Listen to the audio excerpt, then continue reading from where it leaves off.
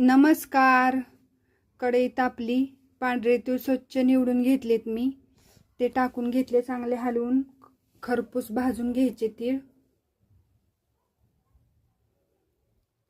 तडतड करायला लागले की गॅस बंद केलाय मी. ताटात काढून घेतले, थंड झालेत हे तीळ. मिक्सरच्या भांड्यात काढून घेतले मी.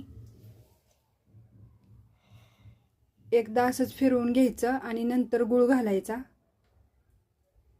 गूळ घालून पुन्हा एकदा फिरवून घेतले मी. ताटात मिश्रण सगळं काढून घेतलं. विलायची पूड टाकली. नवीन शिकणाऱ्यांसाठी खूप सोपी पद्धत आहे लाडू बनवण्याची तिळाचे. विलायची पूड मी चांगली मिक्स करून घेतली. एक एक करून लाडू बांधून घेतले.